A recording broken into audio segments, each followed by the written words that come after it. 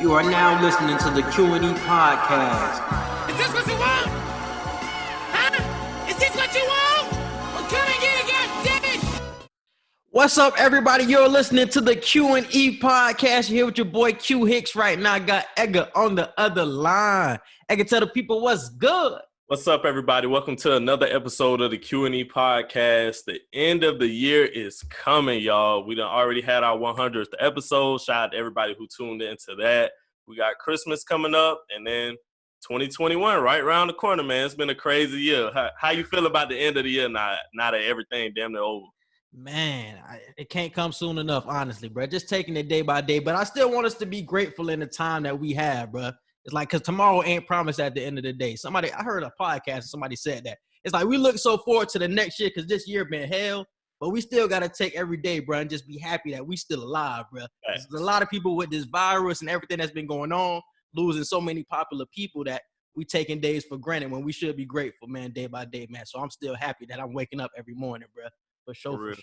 But 2021 coming soon for sure.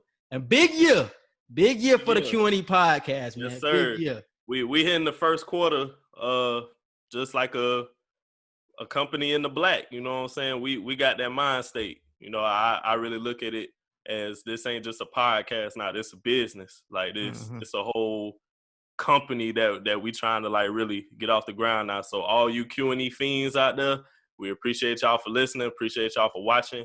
The first quarter of 2021, we hitting the ground running. First quarter gonna be just as hard as the fourth quarter. All year it's gonna be crazy.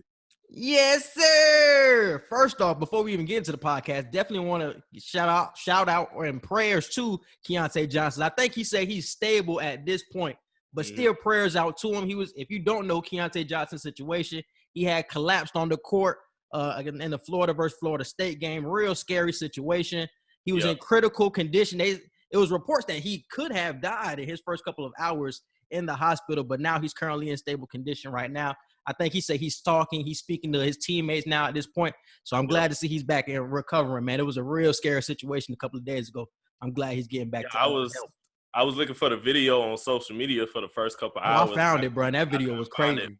But yeah, then somebody, I don't think it was was it sent to my DM? I don't remember if it was sent to my DM or I seen it in a comment, but I had seen the video and I was just like, damn, like that was scary. And everybody on the court was freaking out. They was like, what the hell is going on? Like he just fell.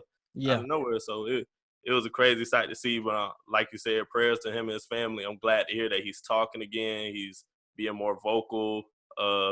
Just one day at a time, dog. Like you said, 2020, we got to be thankful for each day. Like that could have been his last day right there. But God said, nah, you got more. You got more time. Exactly, bro. And it's a real crazy situation because it reminded me if you don't know about Hank Gathers, he's somebody who died on the court in a real similar situation after collapsing like that. You know what I'm saying? He collapsed. He woke back up. He jumped back up and he thought everything was cool. He ended up going to the hospital later that day, ended up passing away. Keontae is currently in a stable state, man, but we still have to keep praying and hoping that he continues to strive in his health, bro, because it's still a scary situation. Right. But let's move on to the NFL, bro. We might have had the game of the year with the Browns versus Ravens game, bro. What was your first reaction after watching Monday Night Football? The damn Browns, boy. Y'all know I've been for the last year now? I don't even like talking about the Browns. But we ain't got no choice because they winning. They looking like a threat.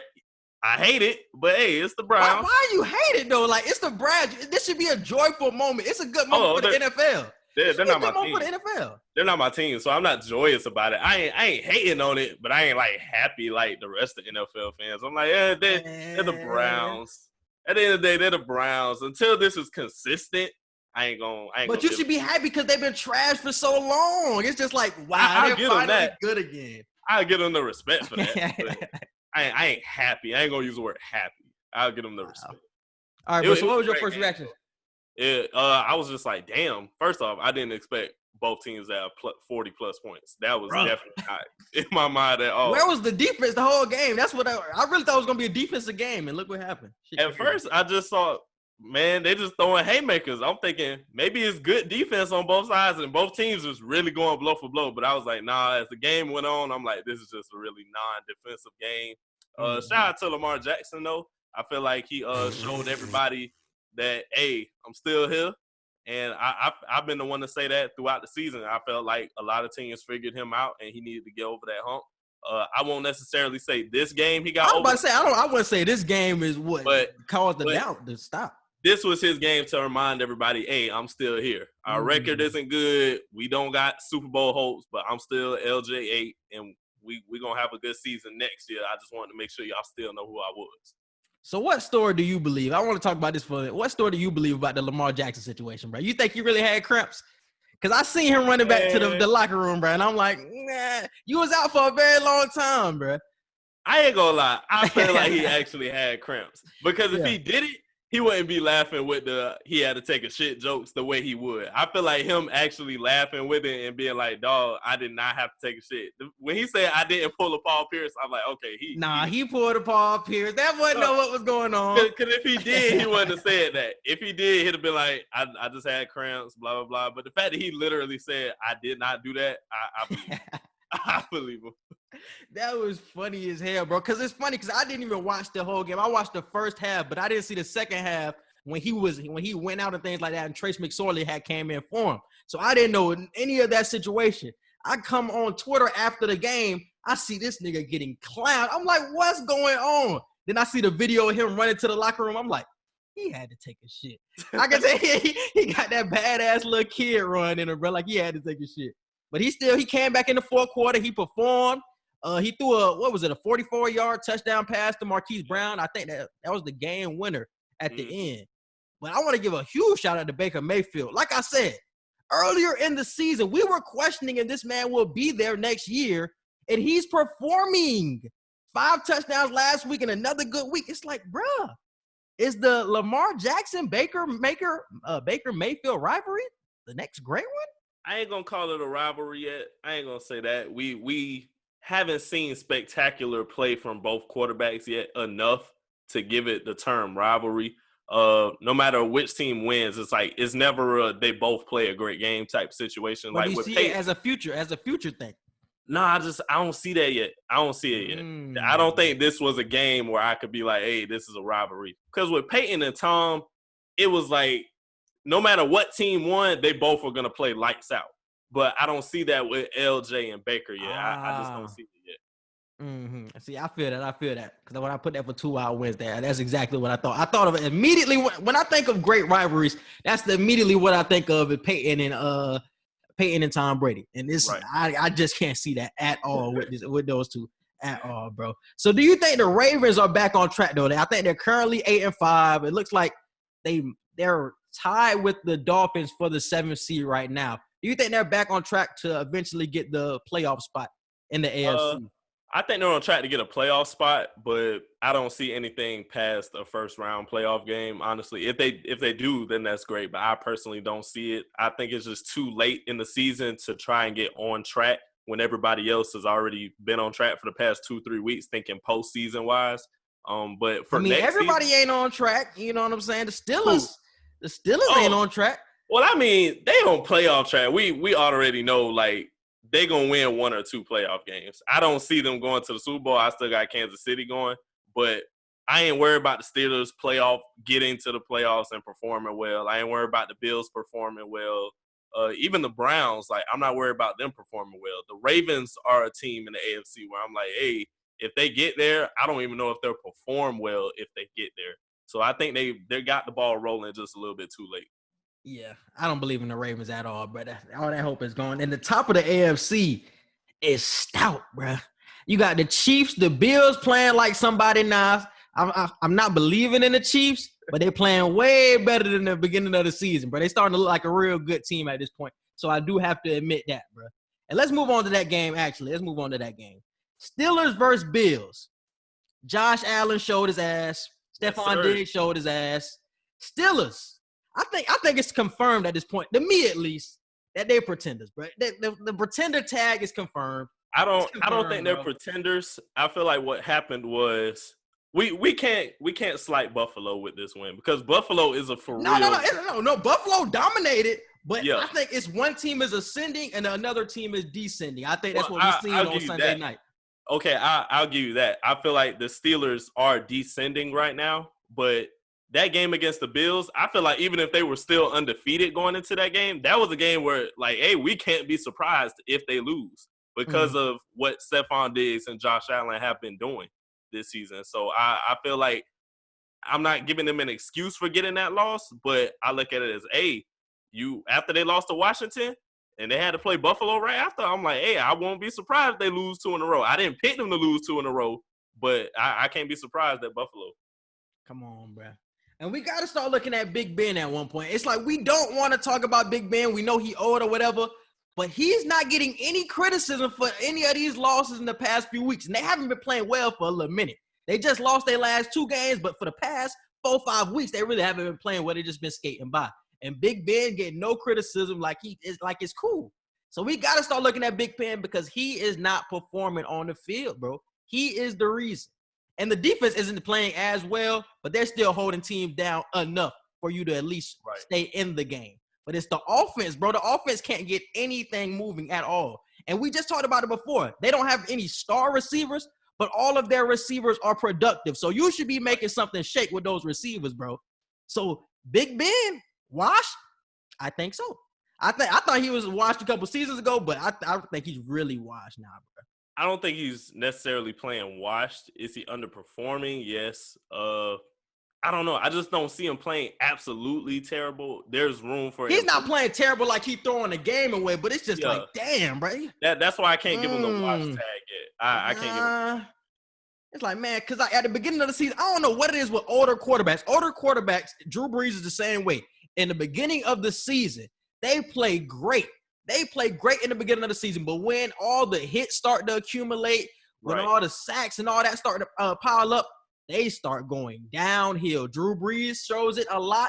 Tom Brady really doesn't show it, but Ben Roethlisberger, the older quarterback, shows signs later in the season. It's like, man, bro, okay, we can see your age at this point. And Big Ben is just another sign of that, bro. It's just the fatigue. It's the fatigue. It's the weather change for most of these QBs. What else? The repetition throughout the season. A lot of teams are starting to be like, hey, we're building film again. We're seeing certain things that changed from last season, even if it's just slight changes. Like you're noticing stuff as the season goes on, the weather and the age from the fatigue. So it's a couple factors that go into it. Yeah, bro. But I think somebody that doesn't get enough credit but needs to, STEFON Diggs. Is he leading the leading receiving yards? No, it's Travis Kelce, DK Metcalf, and I think STEFON is in third place. STEFON's in third. I could have sworn he was first, but he was almost first. I think a week or two ago he was almost first place. That's what I thought. I knew he was up there recently, but DK was first the last 2 weeks, I think, and then Travis got first. Why is this man never in the discussion for the best wide receiver in the league when nobody can guard him? Seem like this man stay open. I ain't gonna lie, he in there right now. He's in there. Man, when we talk about best receivers, bro, the STEFON Diggs name, bro, who we bring up? We bring up D-Hop, we bring up DK, we bring up Tyreek Hill. It feels like STEFON Diggs is somebody that really slides under the radar, just like Devontae Adams. Devontae Adams probably playing the best out of everybody right now. Aaron Rodgers on an MVP level, and we never discuss him. I think Devontae Adams in the top 5 right now, too. But I'm saying those 2 receivers specifically, we never discuss them. Yeah. But why is that, though? We never discuss them, but they're the most productive. Most people, they're just counting talent a lot of times. That's why Julio is always in the discussion. Like, if you ask somebody right now who's the best receiver in the league, a lot of people are going to still say Julio, even though production-wise right now, Julio is not even top 3, top 4 in the league right now. But the name Julio and the resume that he brings and his athleticism, on any given day, you damn right, Julio is probably still the best receiver in the league right now. But playing with Matt Ryan and just playing on a team right now that isn't he can't good stay healthy. I don't remember when the last time he played like 3 games in a row. And he can't really stay healthy. It's like you can't count Julio. You can't count Julio in that list for at least the past 2 seasons now, but everybody does anyway. But the most productive receivers in the league, bro, got to be Devontae Adams. And Devontae Adams should be in everybody's top 3 at this point. This man gets 150 yards and a touchdown, feels like every game, and he consistently slides under the radar. I know he has Aaron Rodgers, but damn, we still got to give him some type of credit. When the numbers are close, then I feel like that's when talent really plays a factor. Yeah. But I feel like first you should just go off of numbers. First, tell me who are the best producers this year. Like who has produced the most yards, who has the most catches. I feel like numbers have to go first. And then if the numbers are too close to call, then it's like, okay, let's go talent-wise out of these receivers, who's the best.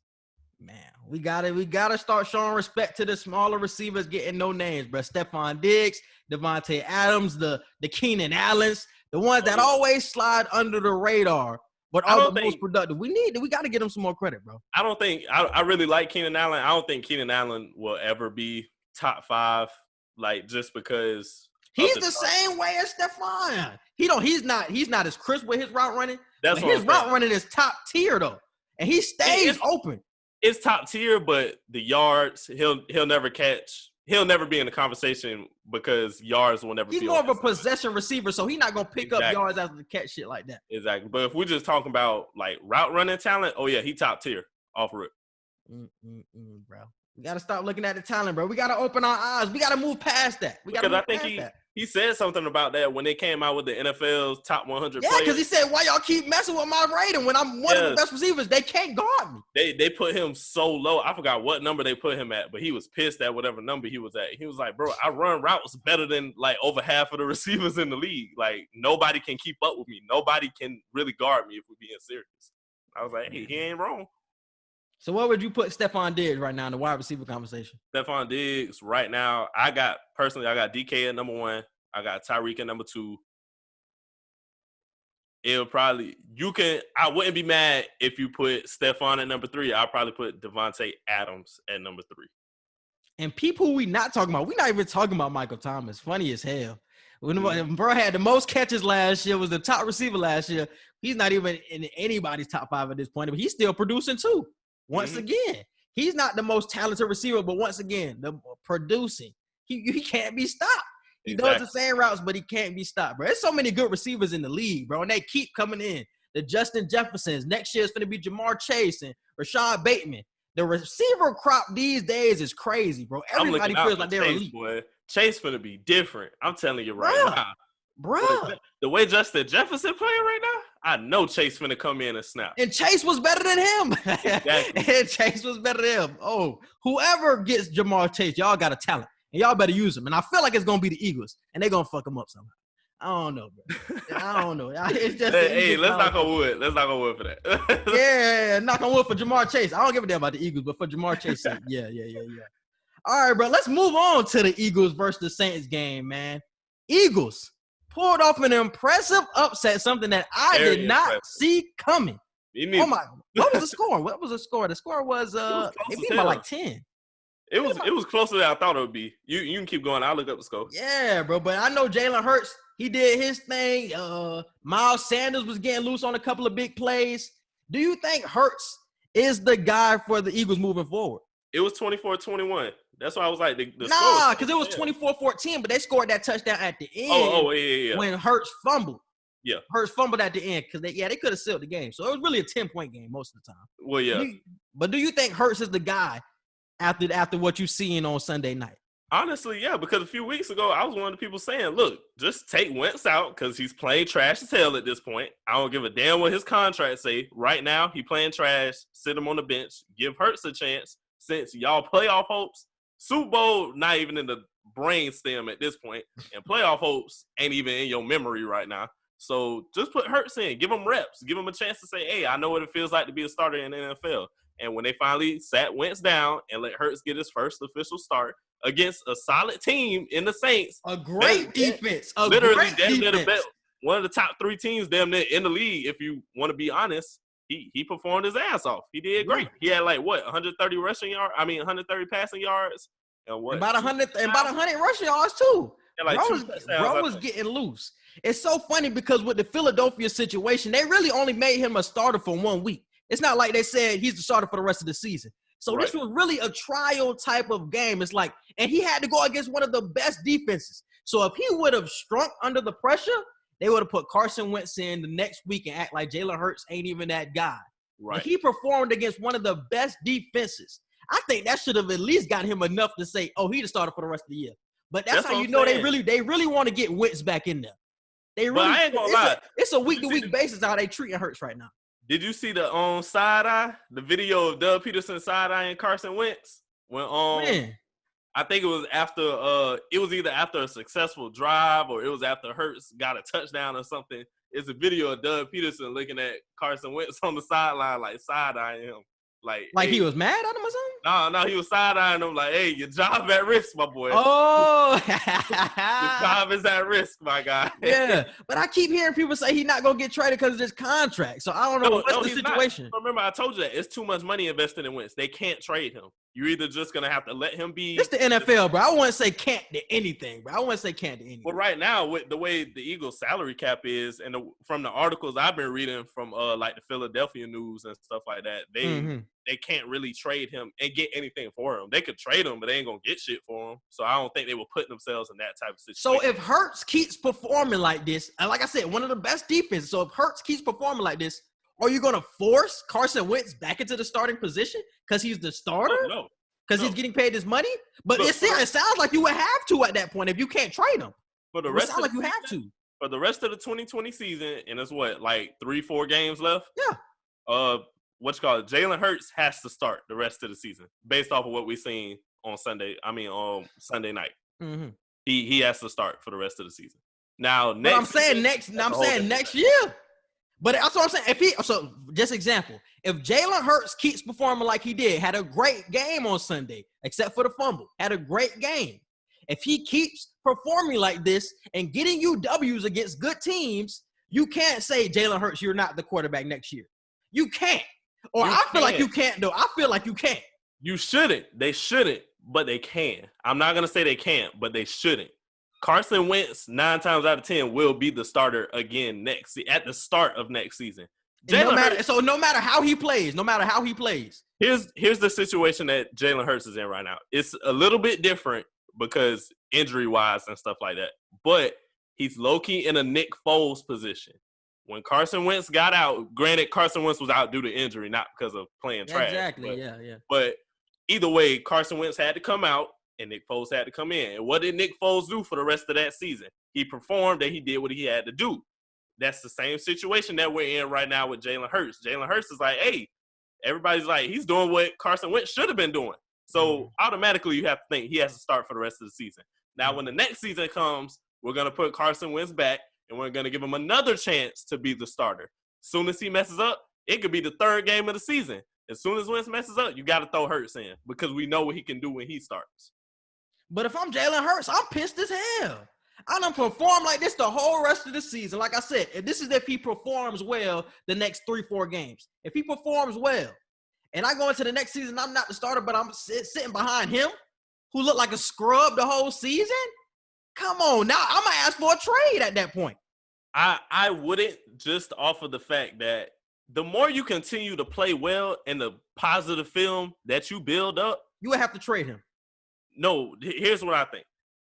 As long as Hurts keeps doing well and keeps building good film, by next season, even if he does have to sit down, I feel like he'll understand it because it's like, hey, dude signed a long-ass contract. Like, he got at least, 2-3 more years on this contract. All I got to do is make sure anytime I touch the field, I make it count.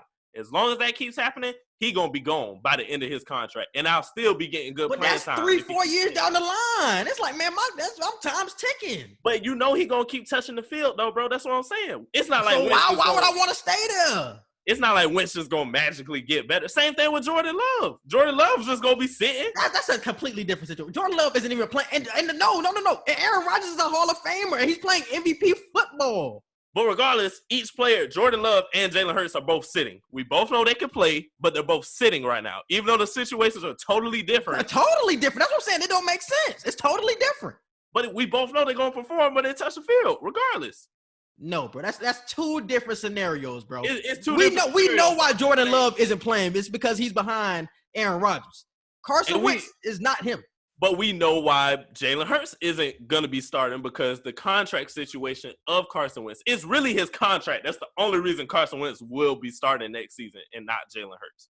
You can't have a multi-million-dollar quarterback that you just signed this long contract to. You can't have him be the second string. You have to let him be the starter and just pull him if you got to pull him. That's the only situation. So we're going to have a $30 million backup.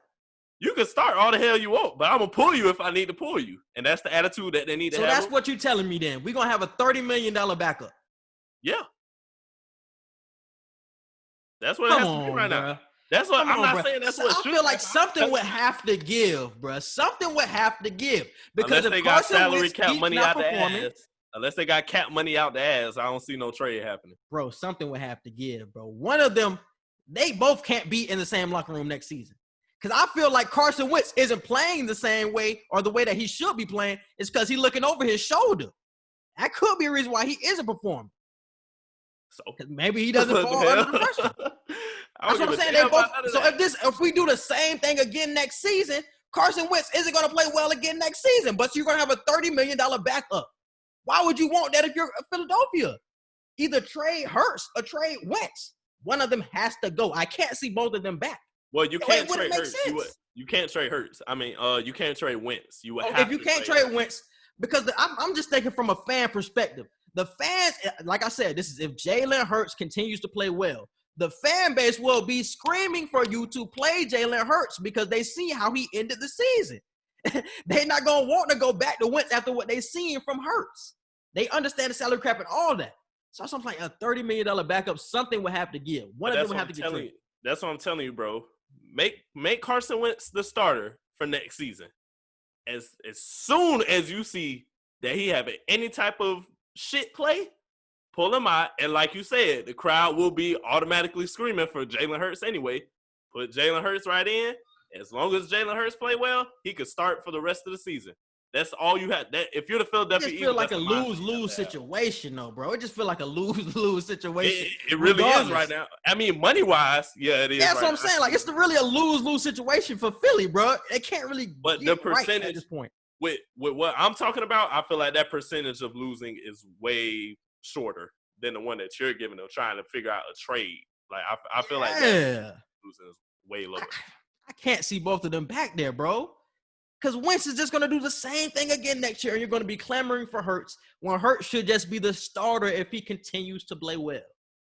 $30 million backup. Like I said, even if you put Wentz back in there, and he continues to play like this, you're going to put Hurts back in. So you're going to have a $30 million backup, or would you rather trade that $30 million quarterback and have that dead cap space, but at least you know who your quarterback is and your quarterback going to play well? What would you rather take?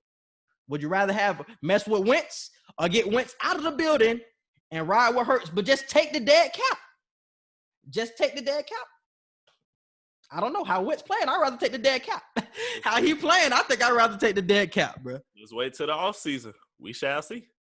It's crazy, bro. That's really crazy. It's funny because I'm really comparing him to Derek Carr. Derek Carr had that MVP season, and it felt like for 3 seasons in a row, it's like, man, where is Derek Carr? We haven't heard from Derek Carr since. And his was because of injury. His was because of injury, though. I don't think we ever really we seen a little bit of Derek Carr got hurt, and he would have won MVP. Derek Carr would have won MVP for one. No, but what I'm saying, like, the difference between him and Wentz, it was like, with Wentz, it's injury. Oh, okay, yeah, I see what you're saying. With Carr, it was his injury. Like, we know what Derek Carr can do when he's healthy. Carson Wentz, we still don't know what you can do when you're healthy because you've been trash up until this point. We get it. You battled through some injuries, but the type of prospect that we expected you to be, like, you were literally, you and Dak Prescott were neck and neck at one point. And now it's like, we're clear as hell sure that Dak Prescott is the better quarterback of you two. But we're still having the point is we're still having questions about him after having the MVP season. It's like, which quarterback really are you really? Which quarterback are you really? Are you the 2017 Wentz? Are you still capable of that? And we seen him have a good season. We seen him have a good season last year. So are you still that quarterback? Or are you this 2020 Carson Wentz that turning the ball over felt like every possession? Which quarterback are you, bro? We need to come to a conclusion. We have to. And what is the issue? It's indecisive right now. It's real indecisive, bro. So I don't know what's going on with Philly, bro. But I want to talk about the Saints as well. Is it time for a QB change in New Orleans, bro? I don't think Taysom Hill is the guy, bro. And I think Sean Payton is seeing it as well. Sean Payton couldn't do everything that he wanted to do last week. And they keep trying to use this man like Drew Brees, and I don't understand it. They're not running him enough. I'm telling you right now, you switch to Jameis Winston, it's going downhill. I'm going to just tell you going that. downhill? You lost to the Eagles. Can it really go more downhill from there? Yeah, kind of. I ain't going to lie. You play the Chiefs. Look, the scenario. You play the Chiefs next week. You want Jameis starting over Taysom Hill? Against the Chiefs? Yes. Quincy, go to Hill. Are you, bro? Do you want Taysom Hill starting against the Chiefs? Yes. He's not even going to keep you in the game. He couldn't even keep up with the Eagles. Okay. He's going to keep up with the Eagles. You think he's going to keep up with the Chiefs? I'm not going to argue. I'd rather take that risk with Jameis. I'm not arguing you. Jameis can keep you in the game. Jameis can keep you in the game, bro. Bruh, Taysom Hill can't keep you in the game like Jameis? You're crazy. You're crazy. Use this as the clip. Please use this as the clip. Yeah, I will, bro, because you tripping. You tripping. You rather have Taysom Hill against the Chiefs. Yes, over Jameis Winston, yes. Ask Sean Payton. Sean Payton clearly seen it. I don't know how you don't see it. I don't know how all these other Jameis Winston hopefuls don't see it. He can't do it. We just seen what he can do last week. They're only winning because of their defense. And they're trying to use, they're not even using him right. They're using him like Drew Brees when he's not running. He's not running. Why not? Throw it away. Just take that Jameis Winston thought, just crumple it up, and just throw it away. That's why New Orleans is a trash organization now, because y'all keep trying to prop up y'all white quarterbacks. Drew Brees, wild. That's not even what it is. And Taysom Hill, trash as hell. Get Jameis Winston in there and see what happens. Okay. Get Jason. Bro, my pops was talking about, I ain't going to say the words he said, but my pops was talking about this shit the other day. And he was right, bro. Y'all keep trying to prop up y'all quarterbacks when y'all quarterbacks ain't shit no more, bro. Get Jameis in there and just see what he can do. Just see what he can do, and I bet money he show his ass. That's all I'm going to say, bro. Yeah, show his ass with 5. No, show his ass in a good way. That's all I'm saying, bro. 5 interceptions. That's all I'm saying. Would you rather take real shit, though, because you're not being real with me, bro. You're not being real. You seen what happened against Philadelphia. So are you taking Taysom Hill, who you just seen last week, or Jameis Winston? Real shit. What you know Jameis can be. Taysom Hill. Clearly. Chiefs versus Dolphins. I told you I'm not arguing with this. Bro. I said my piece. I said mine too. I said my piece. We moving on, man. We moving on. Chiefs versus Dolphins. So Carson Wentz, but damn, Carson Wentz. Patrick Mahomes had a terrible game against Miami Dolphins. They really another thing I wanted to say. Xavier Howard, one of the top cornerbacks in the league. Another one. That gets no credit. Yep. No credit, bro. I just wanted to say that too. But did this game cost Patrick Mahomes the MVP after the 3-pick game? No, I wouldn't say so. They still won the game. Yeah. But 3 picks. It's like, I don't know. Honestly, no, because what was this, game 13 of the season for the Chiefs? And we're just now seeing a bad game. Like, we're game 12, game 13, whatever it is. We're just now seeing a bad game from Patrick Mahomes. No, I don't think this cost him. But I think the margin for error has been so close, and Aaron Rodgers has been playing so well where it feels like the slightest slip up can give the MVP to the other candidate, bro. And I feel like this is what's happening right now. Even in a win, I feel like this is what's happening. But we've seen hiccups with Aaron Rodgers already in the season. Have we? We have. He hasn't played. I mean, it's nothing I could just recall off the top of my head right now, because he made his hiccups like earlier in the season when Russell Wilson was kind of almost the front runner for the MVP. You know what I'm saying? But now it's like, but I think that matters now. I think that matters. When you mess up matters, though. I think that matters in this situation. But it's like the Chiefs are clearly the number 1 team in the league right now. And it's like, this is, like I said, this is really the first mistake, like the first bad game Patrick Mahomes has played this entire season. And we know it's not going to be a consistent thing. We know, okay, you had a bad week this week against the Dolphins, who are a surprise team to everybody right now. So the Dolphins are shocking every damn body. It's not like this is the first game where it's like, oh, shit, the Dolphins are actually good. Like, no, ever since Tua has started, or ever since Tua touched the field, not even just started, they've been on an uprise. And I can see the Dolphins being a serious team next year. So the fact that they've been doing this consistently now, I'm not shocked that they gave the Chiefs a hard game. Am I shocked that Patrick Mahomes played terrible? Yes. But it's not something that I'm used to seeing from him. And I know next week for the 3 picks that he threw this week, he'll throw 3 touchdowns next week. But I feel like it's something that we have to take into account, bro, and it's the talent on both sides of the ball when it comes to the Green Bay Packers and when it comes to the Chiefs. Like, the Chiefs are loaded on offense, and Green Bay is not. And I think the word value really comes up in this conversation because, yes, Patrick Mahomes is definitely the best quarterback in the league. He has the most talent as well. But what Aaron Rodgers is doing with Green Bay with only one primary receiver in Devontae Adams is more impressive. And I think people are starting to realize that and are starting to really look at the word value and how much value that he has with that team, bro. And that's why I think, like I said, the slightest hiccup can give it to the other opponent. So if Aaron Rodgers throws 3 picks next game, we can be giving the award to Patrick Mahomes. But I think the slightest hiccups, bro, can switch it up. It's crazy. I mean, you're not really wrong with it. I do agree. If we really looking at both teams, Aaron Rodgers is clearly the more valuable player. But you could also damn near say the same thing about Patrick Mahomes because who's the backup quarterback? No, we cannot. No, we cannot, bro. Who's the backup quarterback? I've seen Alex Smith with this team take this team to 11-5, 12-4. So who's the backup quarterback right now for the Chiefs? But I'm not. No. We're not gonna do that. We're not gonna do that, bro. Who's the backup quarterback for the Chiefs right now? We've seen Alex Smith a few years back with this same exact team take them to 12-4. And what's name is gonna probably take them to 14-2. So he's doing a couple of game improvements, but he's not valuable like what's name is like Aaron Rodgers is. If Patrick Mahomes goes down right now. But you can say that about both quarterbacks, though. You can. That's exactly what I'm saying. But what team would you have a better time with? It depends on what quarterback I got. No. What quarterback would have a easier transition to playing and more successful trip? Well, the easier transition would be Kansas City because all of the weapons you have. That don't mean just because you got the weapons in front of you. But that's what I'm saying. The same question you just asked: what's the name backup quarterback? Mahomes backup quarterback. You can say the same thing about Rodgers. Who is backup quarterback? And if he goes down, what's their record? You got Jordan Love sitting there. Jordan Love will be solid. He's a young boy. He was a project. Do we know what he's going to be? If he goes down, what are the Packers? I'm telling you right now, if Patrick Mahomes was to go down right now, they would damn near say the Chiefs aren't even going to the Super Bowl, let alone winning it. But they wouldn't go to the Super Bowl, no. But they would still make the playoffs. Well, they're automatically. I've seen this team without Patrick Mahomes make the playoffs, and Alex Smith isn't even a great quarterback. He's solid game manager, and he took them to 12-4.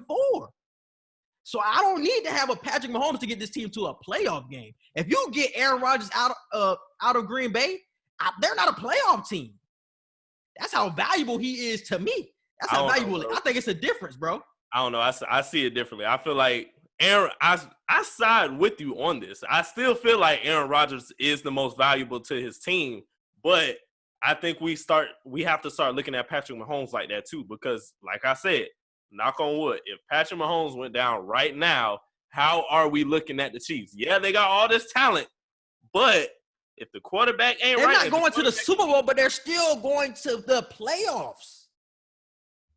So that's what I'm saying. So if Patrick Mahomes and Aaron Rodgers, like I said, knock on wood, get hurt at the beginning of the season, are both of the teams making the playoffs? Packers low-key could still do it. Packers not making the playoffs without Aaron Rodgers, bro. You got to think about it. I can't see it. The Lions trash. The Vikings are real, man. Without Aaron Rodgers, they on the same level as them teams. And below them probably. Exactly. So they literally still have a chance to make the playoffs. They're below them with Jordan Love at quarterback, who we don't know what he can be. They're still the fact that their division is so meh or damn near trash is like they could still have a chance to make the playoffs. Man, they not doing nothing now. It don't matter what division you in. You only got Aaron Rodgers on your team. What I've seen on that roster with Devontae Adams, you got Devontae Adams and Aaron Jones. That's it. That's everybody else is a question mark, really. But you have way many more pieces on Kansas City. I think their backup is Matt Moore. When Aaron Rodgers, not Aaron Rodgers, but when Mahomes got hurt last year, Moore came in for a couple of games, and I'm pretty sure he won all of his games because you have all of the weapons. You have all of the weapons. So that's what I'm saying. I don't think you make the playoffs with the Packers. I do think you still make the playoffs with the Chiefs if both quarterbacks go out at the beginning of the season. That's just how I feel, though. Because the talent is supreme, bro. Supreme talent. But let's move on to 2 Wild Wednesdays. Yes, sir. Yes, sir. All right, bro. Let's see what we got. Man. I heard a lot of people. I heard something about the Redskins, bro. Dominique Foxworth has said something. He was like, the Redskins not Redskins, but the Washington football team next season will be their championship window will be opened next season. Do you believe? Oh yeah, I seen a video about that earlier. You seen that? Like, championship window. I was like, hold the hell on. I can't disagree. I kind of agree with him. I Championship window. I kind of agree with him. I kind of agreed. That's what I'm saying, bro. You already know I was fucking with the football team for the season, bro. I was fucking with him. Bro. You get a real quarterback on that team. He don't even got to be great, bro. You just get a solid quarterback on that team with a few more weapons. I'm telling you, bro. Because the defense is stout, is it not? The defense is not stout.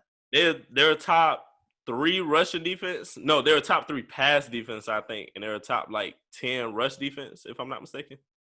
Overall, they're like a top 5 defense. And they're young as hell. Next year, more experience. Do I think they win the Super Bowl next year? No.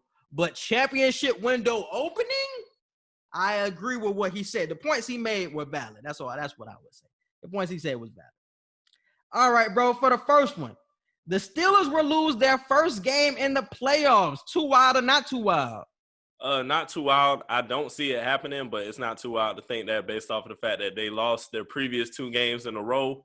And right now, it's kind of looking like, hey, Chiefs finna just run away with the Super Bowl. Hopes not. That undefeated streak over, their confidence down a little bit, and the Bills picking up their pace. The Dolphins shocking everybody. Still got the Titans with King Henry leading that troop, So, no, it's not too wild to think that they can get sent home early.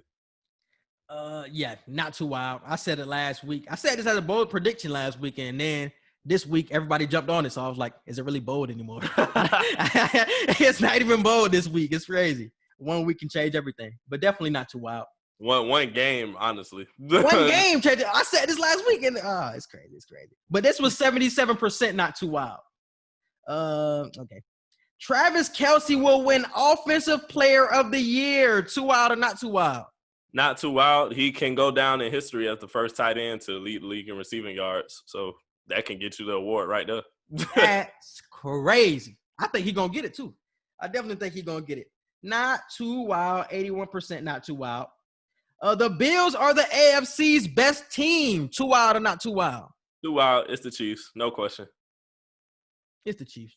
I don't know. Bro, I thought you was finna say, I thought you was going to pick the Bills, though. Hell no. I really made that shit for you. I was like, let me see what this nigga going to say. Nah, I voted the Bills, but nah, I ain't going to say that crazy. Yeah. Definitely too wild. How much was that one? That was 80% too wild.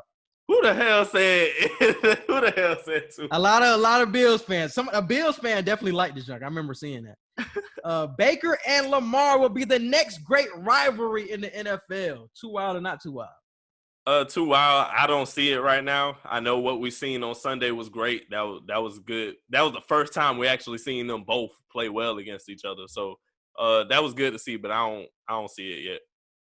Definitely too wild, bro. Definitely too wild.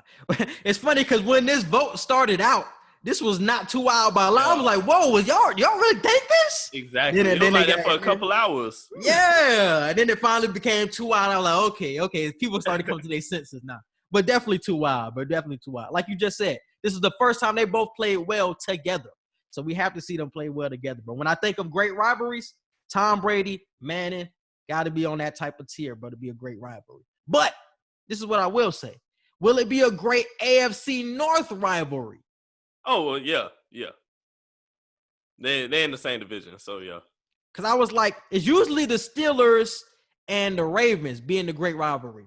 But I can see, I don't know if the Steelers going to fall off, but I can see the Browns rising up and it be the Browns and the Ravens, and those are the clash of the Titans in the AFC North. That's possible. I don't think the Browns and the Ravens, if that rivalry is to grow and become something, I don't think it will ever match the Steelers and Ravens rivalry, but you can say it could possibly become the next one. I could definitely see that happening, especially once Big Ben retire and, you know, like the Steelers go through their rebuild phase. It could definitely become the Browns and the Ravens. I just don't see it happening yet. Yeah, because it's time for them to draft a new quarterback immediately. The Packers are going to the Super Bowl. Too wild or not too wild? Not too wild. Who are the top teams in the – not the top teams, but who – You got the Saints. The Packers and the Saints are the only two teams with double-digit wins, I think, in the NFC. In the NFC, right? No, I'm just saying the fact that they're the only two successful teams to look at, honestly, in the NFC right now. It's not crazy to think that A-Rod healthy, MVP caliber season, Devontae Adams and Aaron Jones, they're going on all cylinders, so not too wild. Too wild. I don't know what it is about the Packers. Even though they're playing well, I can't fully jump on the bandwagon. It's not even like they're chokers like the Saints. The Saints is like, I know y'all not getting there. But the Packers, you can really get hope in, but it's something, I don't know. I just don't have that hope behind them like I feel like I should. I'm still going with my original prediction of the Bucs going, but it's definitely not too wild to say. I really can't knock off the Bucs, even though the Bucs aren't playing well. They still, even on Sunday, they can still make it. If the Bucs they've become a Sunday to Sunday basis. It's like one Sunday, if they offbeat, you can get them. But if they on beat, or they beating your ass. Like that's really how it is. They're inconsistent, like you said. Like I think like 2 weeks ago, you said the Bucs are just inconsistent. That's their problem.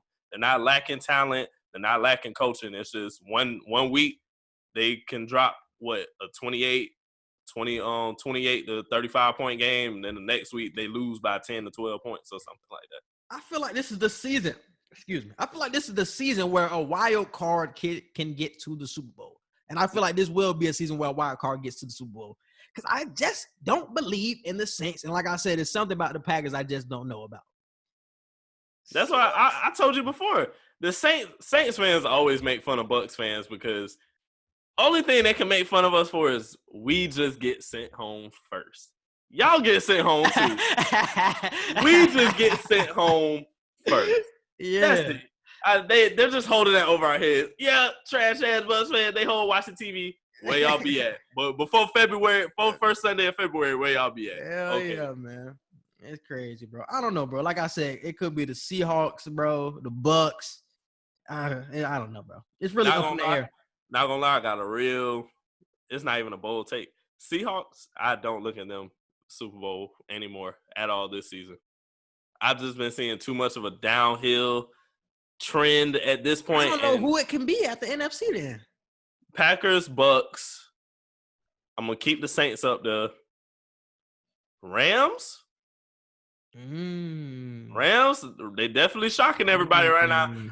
Rams. I did not picture the Cardinals falling third place in their division now, and I didn't see the Rams get in first place. But I'll be forgetting about the Rams. The Rams solid. The Rams could do it. Yeah. Damn. It could be the Rams. No doubt. But yeah, that was 80% not too wild for the Packers going to the Super Bowl. Next one, the Bears will be in the playoffs if they stuck with Mitch Trubisky. Too wild or not too wild? I picked too wild for that. I don't trust Trubisky at the all right now. Like I just don't trust that man. I forgot about this man until I seen that poll. I was like, nah, they'll be the same. They'd be in the same boat they in right now. They'll be worse. Funny as hell, bro, because they are 4-1 when he starts. Funny as hell. So now I think they're 5-6 right now. So they were 1-5 with Nick Foles. So if you put Mitch Trubisky in there, and I think they're only one game out of the playoffs. So that means Mitch Trubisky is turning around one game. I think they're in the playoffs. Not too wild, bro. Not too wild. I haven't seen a full successful season from Mitch Trubisky. We've seen like a good 5-6 games, but a full season? Nah, I'm not gonna give him that. But it's just the fact of Nick Foles was playing so terrible.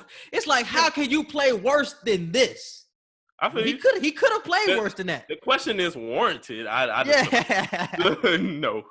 Because, man, it was games where the Chicago offense wasn't getting past the 50-yard line. Like, it was a struggle.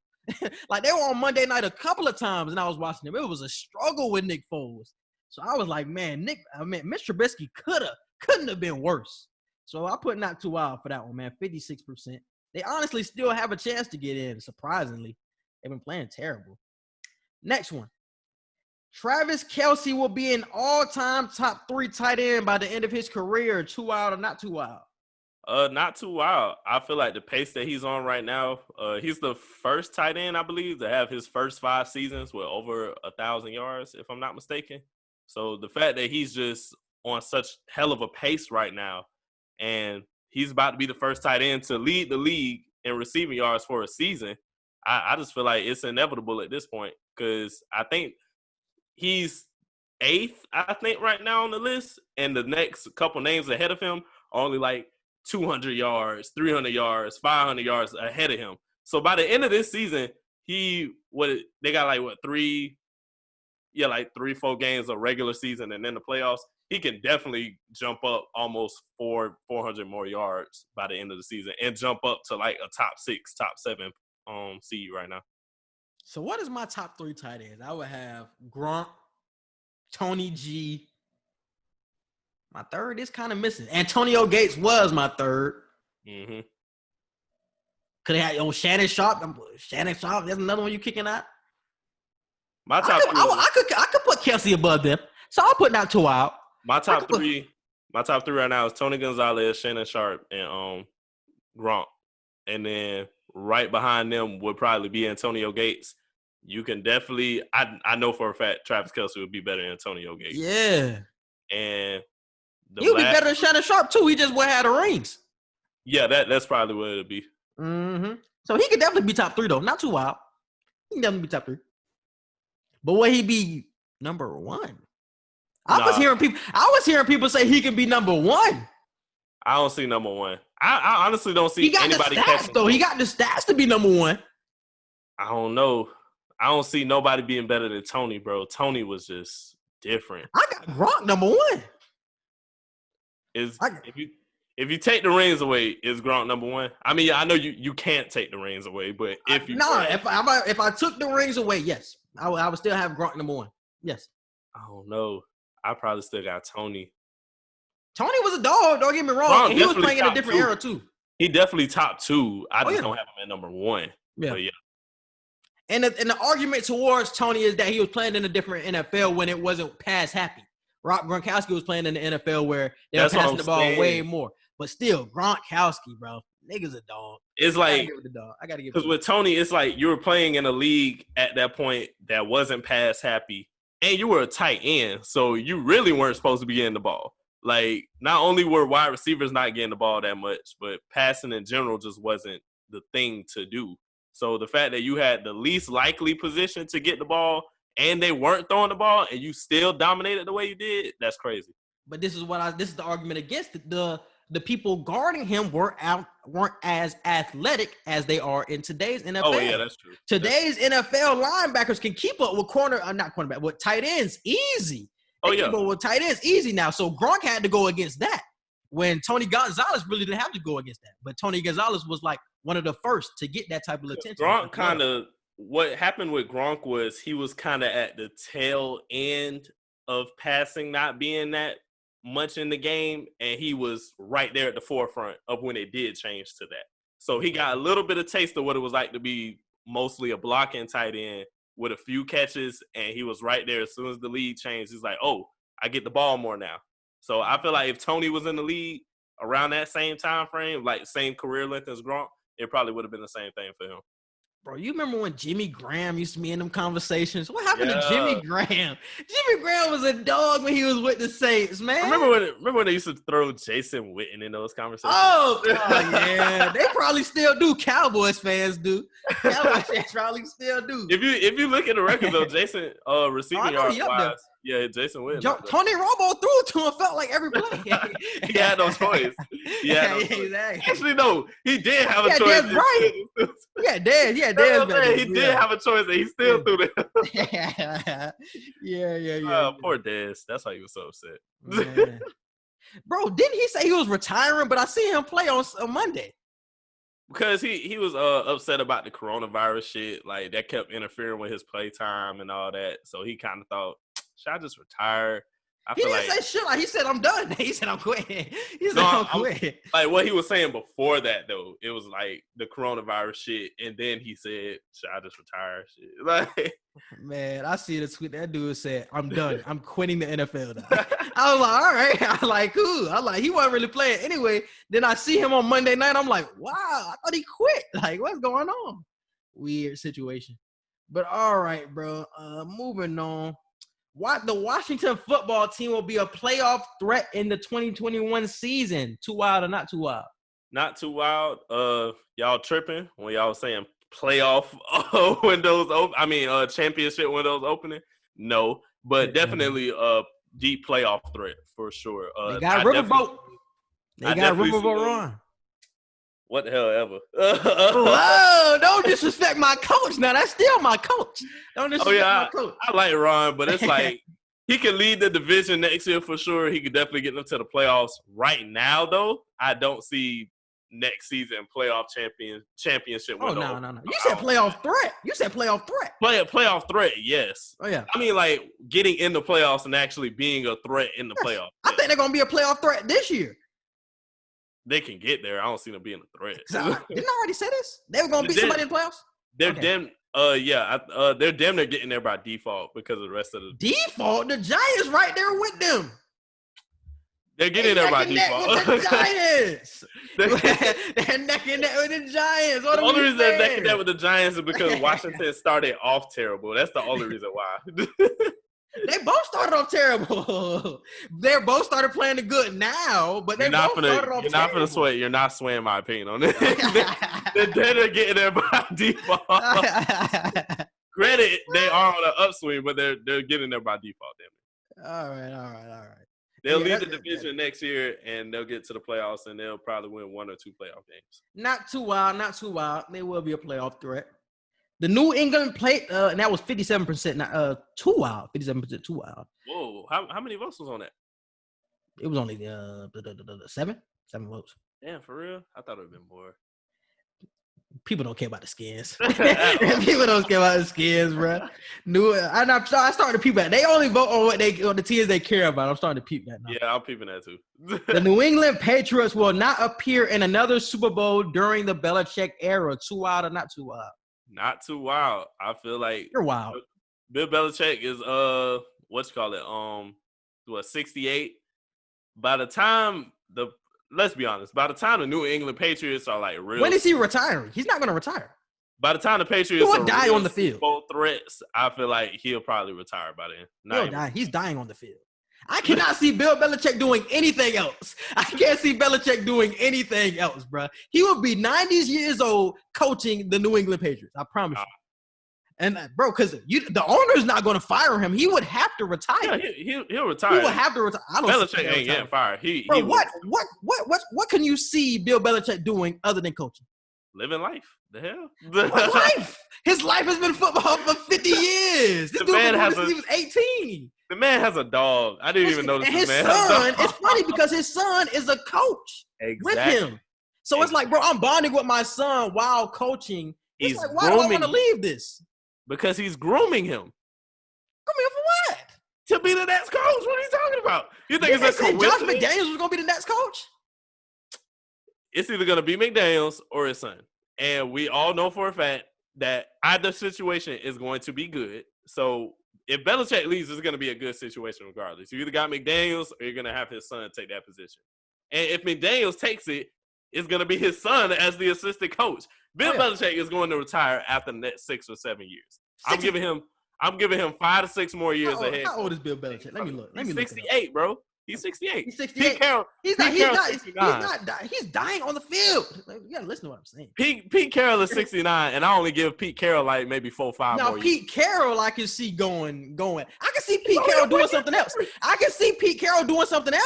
You're looking at this from a life perspective. I can't see Bill Belichick doing anything else. I can't. You're just eliminating socialized right now. That's the only reason you're saying what you're saying. I can't see Bill Belichick doing anything else, bro. The man has a wife and a dog. Who cares? He's been doing this for 50 years. They obviously don't have a problem with it now. So they're not gonna have a problem with it when he's 92 on the steel football field. That's all I'm saying. You're trying to kill this man. That's what you're trying. I'm not killing him. I just say he's gonna be 92. That's a long life. You're literally trying to work it to death. I'm not working. He's doing what he wants to do. He's doing what he loves to do. That's a great life. That's a great life. Whoa, we lost 2 out of Wednesday. All right, bro. What's the next one? Let me see. I don't lost it. What was the votes for that one? That was 67% not too wild. And I said too wild. I didn't say too wild, but yeah, that's too wild. I think they will get there. Again. Don't know when, but Bill Belichick, like I said, he'll be there for the next 20 years. So they have enough time. All right. The next one. Atlanta will draft a quarterback in the 2021 draft. Too wild or not too wild? You pull a Green Bay. I really skipped over that. I don't like the way you just disrespect my poll. You see how I paused before I read it. I'm like, yeah, not gonna mention that. Since he's not gonna say it, I will. Atlanta will pull a Green Bay. It's not a Green Bay. Yes, it is. It's not a Green Bay. Did you expect Green Bay to draft a quarterback? That's not the point. And we expect Atlanta to draft a quarterback. So you expect them to draft quarterback? That's at least on the radar. That's on the radar of expectations. It was on the radar for Green Bay too. It wasn't expected. No, it wasn't expected for Green Bay, but it was on the radar. No. Okay. For what? Okay. In the first round, you mean? Period. No, nobody expected that. Nah. And I would have expected it in the 4th round. In the 1st round? Why are you wasting the pick on a quarterback in the 1st round? I would have been like, nah, that was not on the radar of expectations. Not on the radar. But for the Atlanta Falcons, I mean, people are clamoring for Matt Ryan to get gone. So, yes, quarterback You realize just like Aaron Rodgers, he has like a full 2.5, 3 years left on his contract, right? So, but Aaron Rodgers is playing MVP football. No matter how trash, no, he's Matt playing Ryan MVP is playing. Football. Atlanta fans and the Atlanta organization shouldn't be looking for a new quarterback for the fact that y'all just gave this man his long-ass contract. But he has I feel like they'll pull it. Contract, though. He has a tradable contract. Which is true. But I feel like Atlanta will pull a Green Bay and draft a quarterback. It's not a Green in the 2021 NFL draft, that is what it's going to So they're drafting what you saying? Yes. Who would you like to see there? Right now, I don't know. I thought you were finna say Trask or some shit. Oh, hell no. No. I wouldn't do that to him. I wouldn't do that. But yeah, definitely not too wild. Definitely not too wild for that one. 75% not too wild. And the last one, Jalen Hurts proved to be the future of the Philadelphia Eagles. Too wild or not too wild? Not too wild. Not too wild at all. But I wouldn't speak too soon. I got to see more, though. Got to see more. But he definitely looked solid, though. I would say that. And that was 50-50 on that one. All right, bro. Let's move on to the rankings of the week, bro. What's your top 5? Got Chiefs, number 1. Who's my number 2? I'm still going to keep Steelers at number 2. They had 2 bad weeks in a row. But if we look in talent-wise, overall, I still like them over a few other teams in the AFC. So I got Chiefs 1, Steelers 2, Bills 3. Actually, no, Packers 3, Bills 4, and damn, who I got at 5? I put the Rams at 5. Chiefs, Packers. I like the way the Bills looking, man. I can't deny it. I like the way the Bills looking. The Rams and the Titans. I still like the Titans, man. The Titans have been quiet, but I like the way they're looking, man. Derrick Henry. You got the Steelers all the way out of your top 5? I don't believe in them. I done told you. I'm done with them. You cold. I'm done with them, bro. Two losses and you done. Last week, I don't think they're doing anything in the playoffs, man. They done. I'm done with them. 2 losses and you're done. I'm done with them. You cold. All right, bro. Let's move on to the picks of the week. This week, I think we were both 10-6 when it came to the picks. Yep. Edgar still don't want to pay my money. I'm still up by 18, but it's not over until the end of the season. Until the last game of the regular season, it's not over. I got a chance. All right. Somebody tell this man. You just have to be. You have to win no games. Like you literally. That's really what you waiting on. He waiting on me for win no games. Okay. We see how that worked out for you. All right, bro. The first game of the week, Thursday night football, Chargers versus Raiders. Who you got?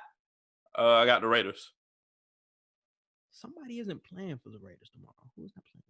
Henry Ruggs is not playing for the Raiders tomorrow. So, and the Raiders haven't been playing that great either. Comeback game. I'm going to stick with the Raiders because I like them. But it's going to definitely be a close one. Definitely be a close game. Bills versus Broncos. Bills. Definitely Bills. Panthers versus Packers. Packers. Definitely Packers. 49ers versus Cowboys. Tough one. I'll go with 49ers. I'm going with 49ers too. Bears versus Vikings. Vikings.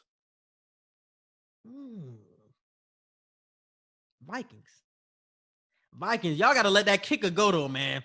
That kicker lost y'all the game last week. That man missed 4 kicks last week, man. I ain't gonna lie, boy. And one of them was just way on the side. Bro, wasn't even close. I was like, boy, God want us to do good. This year, boy. Because I saw we was off of field goals alone. They were supposed to have like 9 to 12 points. Y'all should have been tied at one point. I'm like, okay. But Vikings, if y'all let go of y'all kicker. Vikings. Buccaneers versus Falcons. Bucks. You predicted us to win out the rest of the season. Don't do this. I did. But last week wasn't that great. I'm going to go with the Bucks, man, because it's the Falcons. But, man, I don't know what's good with the Bucks. Jags versus Ravens. Ravens. Definitely Ravens. Lions versus Titans. Titans. Definitely Titans. Patriots versus Dolphins. Ooh, division game. Mm-hmm. I'm going to go with the Dolphins. The Pats. Seahawks versus Washington. Ooh, I like Washington. We're picking too many similar games. and I'm feeling it, and it's really affecting me. But I'm do I like Washington? I like Washington too. I do like Washington. Texans versus Colts. Colts. Colts. Eagles versus Cardinals. Cardinals. Eagles. I like the Eagles. Jets versus Rams. Rams. I'm not gonna do no stupid shit again and pick the Jets. Definitely the Rams. Chiefs versus Saints. The game of the week look like. Chiefs. Easily. If Jameis Winston plays. Easily. Easily. If Jameis Winston plays, the Saints. But I'm assuming he won't. So Chiefs. Browns versus Giants. Browns. This is Sunday night football? Ew. What? That is Sunday night. Well, I mean, the Giants have been playing better, so let me stop. I don't give a damn. They have been playing better. I got the Browns. Steelers versus Bengals. Steelers. Definitely Steelers. All right, so those are the picks of the week. Okay, bro, let's dive into the NBA. Biggest news of the week. Giannis got paid, man. He got broke off 5 years, $228. Man, I was happy, honestly. I was happy when he signed the deal. What was the man makes $11,000 plus per minute of an NBA game. What'd he say? What'd you say? He'll be making $11,000 plus per NBA game. 11. I mean per minute. Okay. I was about to say, like, he's supposed to get more than that. Per minute. Okay, 11,000 per minute. So every minute he on the floor for every game, he making 11 bands. Just made 11 bands. Just made 11 bands. Just made 11 bands. Yes, sir. Man. Honestly, bro, you know why I was happy? Why? I was happy he signed, bro, because the Heat can't get him. And I didn't want him coming to the Heat. So I was happy he signed because I was like, Pat Riley don't got to worry about getting this nigga no more. He didn't fit anyway, so Pat ain't got to worry about getting him. He can start to focus on James Harden or Bradley Beal now. So that's why I was hyped. I was like, yeah, he got signed. Yes. So congratulations to him. I think he's definitely the highest paid too. I mean, that's the highest NBA contract in history now, I believe. Mm-hmm. Yep.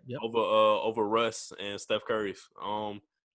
My first reaction was, honestly, I was happy as hell because I love the fact that he stayed loyal to Milwaukee because Milwaukee is trying to build around him. So I would have low-key been upset if he went somewhere else because it's like, damn, they made some off-season moves to try and help you out, and then you just go ahead and leave. So not enough, though. Do you think they made enough to get him there? It's not enough to, I think, win a championship. To get to the championship, yeah, to full-on get there and win, I don't know about that, but they did something. They at least made some efforts. You got Drew Holiday. You can't be mad at that. That's a good pickup, but you could have got Bogdanovich, and you messed it up. Whose fault is that? We don't know if it's a full mess up yet, though. Like, on paper, it's like, okay, you can say that's a mess up. You should have got this person, but it's like, hey, this could still work. So what are your expectations for the Bucks? Next 5 years, do you see them winning the championship? Yes or no? Next 5 years? Yeah, I can see it. No. Not I can see it. Will it happen? Oh, yeah. It'll happen. Oh, so it will happen. In the next 5 years? Hell yeah. In the next 2? Nah. In the next 5, that means Jason Tatum going to be 5 years older. Seasoned. He ain't being Jason Tatum season, bro. I can't see him being Jason Tatum. Out of one of those years in the next 5, it'll definitely happen. A season Jason Tatum and a Jalen Brown? Versus a seasoned Giannis and possibly still a seasoned Drew Holiday? Kind of liking the other pairing, bro. I like the Celtics. I already said before. It's good comp. Oh, it's definitely good comp. It's definitely good comp. Definitely good comp. Because for the next 2 years, I ain't going against KD. KD and the Nets are going to be my favorites for the next 2 years. As far as the East getting to the championship and possibly winning, I'm picking KD. They look good right now. It's preseason. I ain't looking at it. I don't know how long that's gonna last.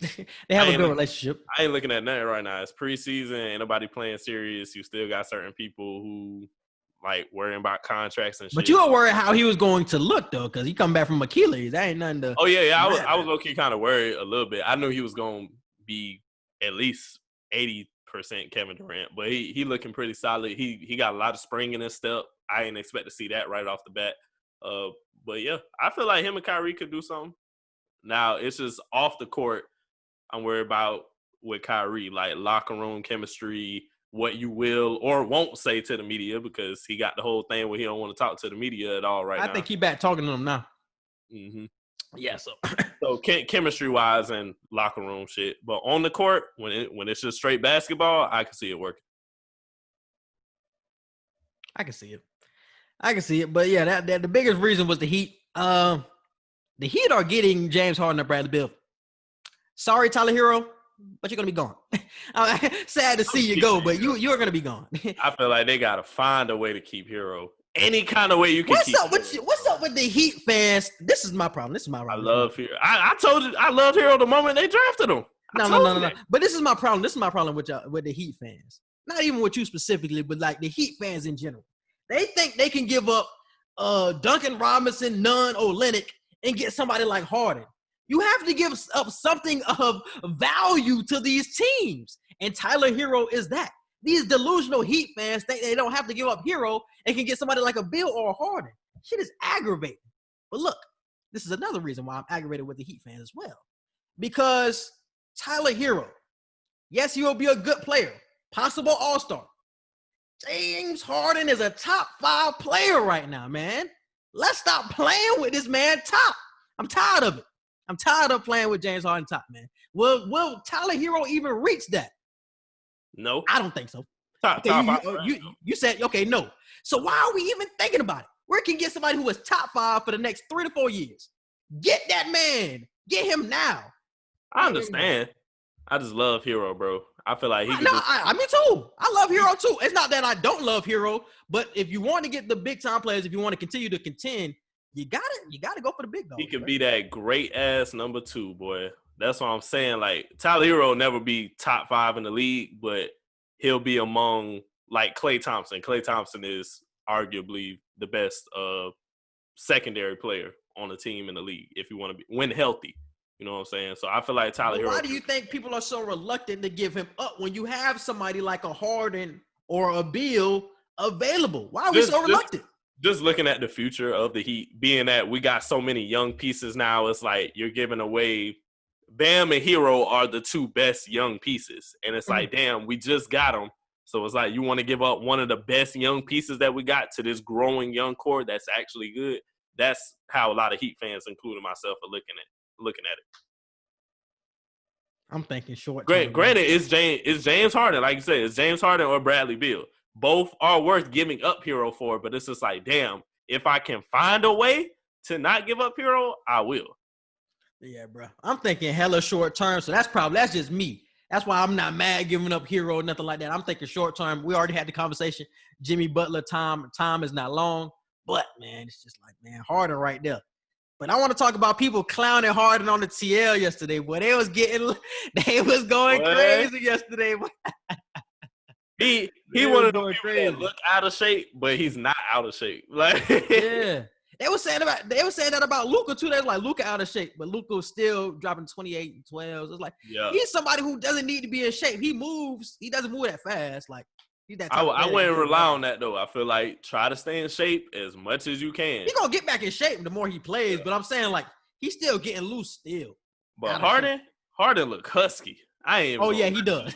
He does. That boy look. He had on the long sleeve warm, not even the short sleeve warm up. He had the whole long sleeve warm up. I'm like, bro, you look like you husky up under there. Like, like you got a gut if you take your shirt off. Man, you don't look like. As long as Harden dropped 40 points a game, they shouldn't give a damn. You don't look like the step back king from 2-3 years ago no more. He gonna get back right, bro. He gonna get back right.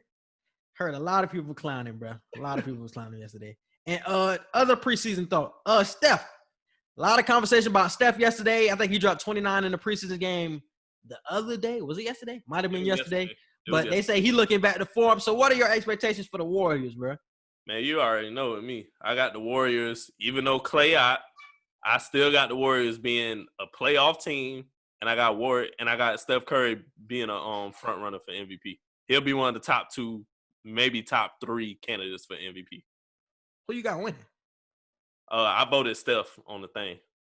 Yes. So we're having an NBA preview podcast. We're probably going to drop that on Monday. We're going to have an NBA preview podcast when we give all our predictions on who's going to make the finals, MVPs, all the award predictions, all that junk. So Monday, be on the lookout for that podcast to be up. We're going to try and do that live, or we're just going to drop it? We can do that live. Yeah. But yeah, Steph looking good though. But I feel like him not having Klay is going to affect. They're still gonna make the playoffs, but it's going to affect his game way more than people realize right now. Defenses are going to lock into Steph way differently with Klay not on the court. Klay is somebody that you cannot leave. Like, you have to stick to him at all times. Everybody else on the Wiggins, the Kelly Oubre's, you can leave them and probably have somebody look at Steph or double Steph or whatever. Because, man, Klay is knocked down. You can't leave him. Everybody else on the court, I'll take my chances, bro. I'll take my chances with everybody else. So he's going to see different defensive coverages than in past years when he had Klay Thompson. Because I think in the first few games of last season, like, he wasn't getting loose like he usually did because he didn't have Klay. But he got hurt, and then the Warriors became trash. He also had an injury he was battling too. But I'm saying before the injury. I'm saying this was the first couple of games before he got injured. So I was like, damn, he really ain't getting loose like Steph Curry usually does because it's more attention on him. Then he got hurt earlier in the season, so we really didn't pay attention to it. Really couldn't get enough eyes on it. But early last season, like that's something I noticed. Next on the docket, the infamous shoe. What shoe? You know what shoe I'm talking about. I don't know. The shoe that ruined our playoff chances, nigga. I'm about to say, I don't know what. I thought you were still on NBA. I should be like, you talking about them Jolly Rancher Kawhi? Jolly Rancher Kawhis. They see them Jolly Rancher Kawhis? Yo, nah, bro, I ain't seen that, bro. But I'm talking about the infamous shoe incident with Marco Wilson, bro. Killed our playoff chances right in the state. You seen my tweet. It was just, and this why I get so upset with you, bro. Let me get this off, bro, before you go. This is why I get so upset with you, because I come into the season with low expectations of the Gators, and like I say, I never trusted the Gators since Tebow left. But you always boosting and gassing the Gators, and you be making me believe. We really be like that, bro. I'm telling you. We low-key could have still won the game if Marco didn't throw that shoe. I'm telling you right now. I blame you. You can blame me. I blame you for gassing my hopes for this team when I usually have low expectations. Bro, I honestly, I didn't know what to feel then. I still don't know what to feel now. Marco will go down, at least over the past decade, he will go down as the most hated Gator. For sure. Because this isn't the first game he blew. Yeah. So I'm speechless, bro. We just had a real character mental breakdown. It was just one player, but one player don't exclude yourself from the whole team. You got to count the whole team. We shouldn't even been in that situation. We're in a dogfight with LSU? 3-5? It was terrible. I didn't like it at all. Oh. I don't know what to say. I really don't. We're not going to the playoffs. Even if we beat Alabama, they're not going to let us in the playoffs. No, we ain't going. I don't even know why they dropped us one spot. Why did they only drop one spot? They should have been out of the top 10 after that loss. Because we still better than a lot of other teams. It don't matter. When you lose to LSU, who played like trash the whole year, we don't deserve to be in the top 10. After that loss, we don't deserve it. I ain't going to say that. We don't deserve it, bro. We don't deserve to be top 6 no more, but out of the top 10, hell no. Yeah, we don't deserve it, bro. That was a real ugly game, bro. And I blame Dan Mullen as well for not playing Kyle Pitts. I feel like Kyle Pitts wanted to play. Yeah, he did. He wanted to play. I feel like he was healthy enough to play, but he was held out because they thought it was going to be an easy W against LSU. Oh, no, I don't think and it bit them. Nope. He did. Because I feel like if they were playing against Alabama, Pitts would have been on that damn field. But they didn't play Alabama. They don't play Alabama for – No, but I'm saying if they played Alabama last week, Kyle Pitts would have been on the field. But he thought it was going to be an easy W, so he held him out and said, no, wait one more week, get more healthy, and then you can be out there next week when we play Alabama in a huge – I don't feel like that means they thought it was an easy dub. I feel like that means, hey, we should win this game. Not easy. Okay, still. No matter how close the score is, we should win this game. We got enough trust in our team to be able to, which we should have. Without Kyle Pitts, we definitely should beat LSU. They should have, but I blame Dan Mullen. I don't think you can blame Dan Mullen for that. Like, saving your player to be healthy for the best competition that you got coming up, I can't blame you for that. Because you looked over this opponent. No? But I don't feel like that's looking over them, bro. I feel like that's not looking over them. That's not looking over them. I take that as looking over them, bro. Nah, Dan Mullen know damn well, he, like you just said, he thought he should win because he took LSU for granted and thought this should be a W. Let's save him for next week against the real comp. So he saved him, and it bit us in the ass because it was a possession that we really needed Kyle Pitts. It was 3 red zone possessions where we turned the ball over in the red zone about 2-3 times, felt like. Because one thing I'm thinking of is, okay, let's say Kyle Pitts doesn't play majority of the game, and you put him in the game in a situation where the game is on the line. Let's say the Gators still lose.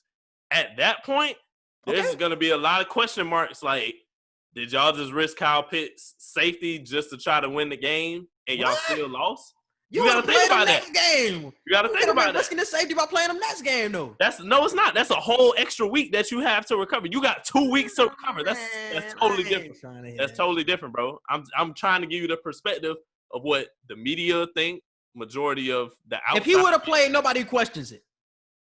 If he would have played, nobody. Yeah, if we win, nobody. No, if he played, period, nobody questions it. If he played and we won, nobody would. We were not losing if Kyle Pitts plays. Are you sure about that? I'm definite. Those possessions when we were in the red zone and Trask couldn't hit anybody, those would have been plays for Kyle Pitts, or Kyle Pitts would have drawn attention. I don't know. I'm telling you right now, if Kyle Pitts would have played and we would have lost, there would have definitely been questions on Dan Mullen, like, do you care about the safety of your players, or is it just about winning the game? That would have been a big question. Huh? I said, does anybody care about their players? Some coaches playing in this pandemic. Nobody cares about their players. But a lot of people ask for season to come back. See, this is where it's messed up for fans. Fans get away with everything because we begged for football to come back. And now that football is back, it's like, this isn't safe for the players. I'm like, oh, my God. I've already said this. I said they should not be playing, but I allow it. No, but I stuck to what I said. I was like, hey, if the players want to play, let them play. I'm sticking to what I'm saying. I just heard and have seen a lot of people totally flip their opinion.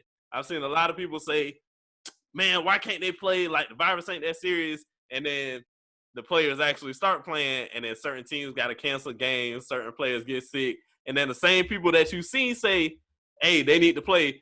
Why are the players playing? This is a serious situation. I told y'all the NCAA don't care about these players. Y'all was just begging for everybody to play like 2 weeks ago. You know these hoes wish you wash it. All right, bro. So who you think going to get into the college football playoff now, man? No more Gators. I think the top four is still the same. I think it's Alabama, Notre Dame, Clemson, Ohio State. Yep. And Notre Dame and Clemson play on Saturday. So what you think how you think going to shake out? Wild take. I got Clemson losing again. So if Clemson loses, Texas A&M will get into the college football playoff over Clemson. I think it stays the same. I think Even Alabama. If Clemson lose to Notre Dame twice, you think it's still no. Clemson's not losing it. I'm saying if. If they lose, Texas A&M getting in. I'm about to say, boy, I'll be so pissed if Clemson lose 2 games and still get to be in that field. Oh no. Oh my God, to the same team at that. Yeah, they wouldn't. No, they wouldn't be in. But I see Clemson winning though with Lawrence back, so it will probably be Alabama, Clemson 2, Ohio State 3, or would it be Notre Dame 3? No, it would be Notre Dame 3. But then they would play again in the playoff game.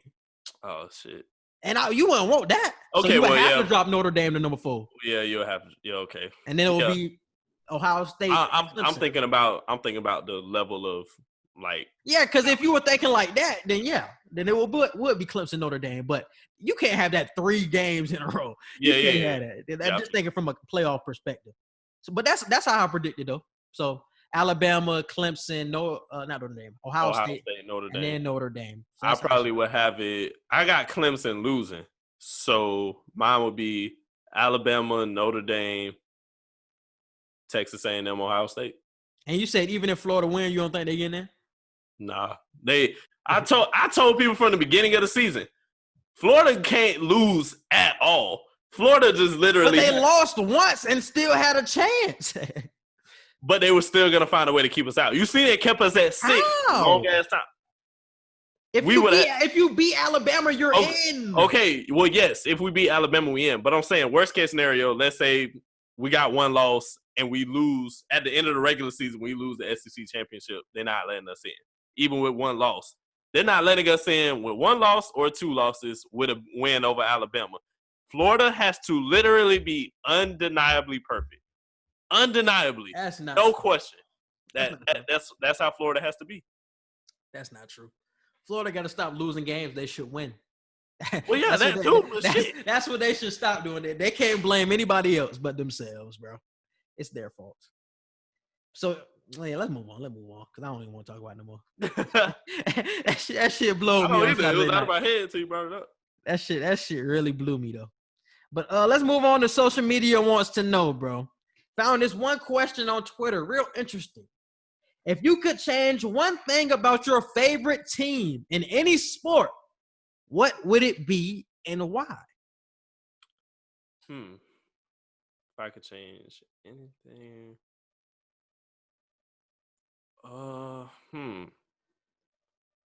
Anything about my favorite team for any sport? Yep. The stadium for the Rays. Just to get us more revenue. I'll definitely upgrade the stadium for the Rays and keep it in St. Pete. Not make it new and move them to Tampa. Make it new. Where would you put it then? Literally just rebuild it. Where the hell it is? Where would they play in the meantime? I don't know. Shit. They'll find someone. Do what they go to Tampa, no? Do what they said they was gonna do and like had them go to Canada or some shit for a season or something. I don't know. Canada? Tampa Bay Rays to Canada? They was talking about like having half of the season like in Tampa or in the Tampa Bay area, St. Pete area, and like half of the season in like Canada or some shit. Like that was a whole conversation like earlier this year or like late last year. I like that one. I don't like that. I hate that. The Trop definitely needs to be rebuilt. Oh, you talking about rebuild? I thought you were talking about the Canada shit. I was like, no. After what happened with the Canada situation with us, bro, I don't want any parts of Canada, bro. The Canada people wild, bro. They real protective of their shit. So they might not give us back the Rays after they get them. But yeah, the rebuilding thing is good. Yeah, that shit's good. Because I've heard too many times that we have one of the worst baseball stadiums in the league. We do. It's how long has that shit been up? Since I've been born. Probably before then. That shit been up there for a minute, bro. What would I change, bro? I had thought about this long and hard, and I really could not come up with anything. Because I don't really have a favorite team in the NFL no more. I'm about to say nothing about the Panthers or nothing. It's tough, bro. It's tough, bro. Because I would say a black quarterback, but the Panthers have a black quarterback. Mm-hmm. A better black quarterback? Maybe. Better black quarterback? You get it real three-dimensional. Beggars can't be choosers, so I'll take Teddy. Hey, but, this is the pocket. This is the pocket. And this is a black coach. Black coach. I want all my favorite teams to have black coaches, or minority coaches at least. And all my favorite teams, for the most part, do. The Heat obviously got Spoelstra, Hispanic. Mm-hmm. I would like the Panthers to have a minority head coach. Or we did at one point. That's why I still call Ron Rivera my coach. I love that fact, bro. The fact that we're in a league full of white coaches, bro, and not too many black coaches are getting picked up. The fact that it felt like the only Hispanic coach was my coach. So that's why I still rock Riverboat Ron to this day. So minority coach for all my sports teams. That's what I would want. Minority coach. But yeah, bro. That was a tough question, bro. I really couldn't think of anything good or spicy or anything like that. Yeah, that's what I can come up with. All right, bro. Let's move on to entertainment, bro. First thing I want to talk about is the vaccine, the COVID vaccine, the test trials, and their side effects, bro. I know you seeing the pictures of the dudes with the people with their mouth looking crazy and shit. Boy, I don't know why these people taking this vaccine. Y'all out y'all damn mind. You see my tweet? I said, boy, the government going to have to put a gun in my head and make me take that shit. Bro, I feel like they're going to really force it on you, though. Like, they're going to make you take that vaccine. I feel like it's going to become one of those things, like, at school, you know, they say requirement. You have to have your flu shot. Or for certain jobs, they might be like, we require you to get a COVID vaccine or whatever. I feel like they might try to do that. I've heard that's what they're going to do. Until some shit like that happen, I'm not voluntarily taking it. I don't know if I heard this from somebody or if I read it, but they said that they might make it a movie requirement as well to have the vaccine. Like you have to go to the movies? To go to the movies, you might have to have a vaccine, bro, to get the vaccine. To go to the movie. Nope. Bro, because you know the movie's been closed forever, so they not taking no risk. Or they haven't been closed forever, but they still been open, but nobody going to them things. So they said they want everybody to come in at it clean. Take this from me, y'all. I love going to the movies. I am a movie goer to the fullest. Like, I go once, twice a week, damn near. I'll see some of the same movies twice. I'll see a bunch of different movies. I will not take a vaccine just to go to the movies. Like, that shit. No. I'd rather be sad and just continue to not go than risk my life. Would that be the time that you would say movies should close? If they would force you to take the vaccine, you say movies should close? I ain't gonna say movies should close because people got the right to choose whether they want to take the vaccine or not. So those who choose to want to take it, I don't want to stop them from going to the movies just because I don't want to take it. That's you. That's you injecting your body with whatever the hell they got. They ain't got nothing to do with me. Man, bro, I don't know what's the future for this, bro. Because it's like, where do we go from here? Because people are not going to listen when it comes to this club shit. I was just looking at a video the other day. People in the club still not wearing masks and shit. So it's like COVID isn't going to slow down if people are not going to put on their mask. So it's just like, will the vaccine really be the solution to all of the people's problems? I feel like before it even really gets all the way public, because right now I think like just health professionals and stuff like that, they're like the experiment trial and they're the first people taking it. I feel like Joe Biden and Kamala Harris, I feel like they'll shut down the country again before they get into a situation where they have to force it on us. Now, if they do another shutdown and the shutdown is unsuccessful, then it's like, okay, this shit finna be go time. Like, they really finna try and force this. But I don't think they're gonna try and force the vaccine and then make us stay in the house. I feel like that's backwards. Yeah, that's what I'm saying. I was just talking from a future standpoint because I don't see this slowing down. So in 1 to 2 years, people still not getting their vaccine. It's just like the COVID gonna be around for a minute because I can't see it slowing down any other way. I can't see COVID slowing down. You sounded old as hell just there. You said the COVID. The Rona, the COVID. It's been around so long, bro. It's my damn partner at this point. The COVID. You old as hell. Whenever you put the in front of a disease or in front of a sickness, you old, boy. Man, the Ebola, but the same shit, bro. The same shit. I don't know where COVID is going. It's going to stay around. So this might be the only way, bro. Not saying that I would take it or anything because I'm safe. I stay in the house. But for everybody else, for everybody else to do what they want to do, bro, and y'all out here living y'all life, y'all might have to take the vaccine, bro, if y'all really want to get back to being out in the streets for real, like y'all used to, bro. Everybody's saying they don't want to take it, but y'all still want to do the shit where COVID is still available and shit. Don't make sense to me, but hey. All right, bro. And the other thing I have for entertainment was the Ashanti versus Keisha Cole shit postponed. Boy, Ashanti quit ducking that fade, dog. That's what I was just about to say. Quit ducking that fade. That's what I was just about to say, bro. She know Keisha for the snap. She's ducking the fade. Bro, I told people on Facebook. I told people on Instagram. Keisha finna, boy. Ashanti gonna have to play Foolish 5 times. She can play Foolish and Foolish still gets washed. That's the funny thing. Foolish can still get washed. No, I ain't gonna say that. Whatever. Foolish can get washed. It depends who go first. If Ashanti gotta go first each time, then her first song gonna be Foolish. No, it's not. No, it's gonna be the one. It's gonna be one with Ja Rule. What's the one with Ja Rule? Mesmerize. Yeah. That's gonna be one of her first ones. You can't play Foolish right off the bat. No. You gotta stay Foolish for the middle. Like once y'all start throwing low blows and haymakers, then you play Foolish. Does she have enough to get to the middle? I don't know. I don't think she has enough. That's what I'm saying, bro. Keisha what the gap does.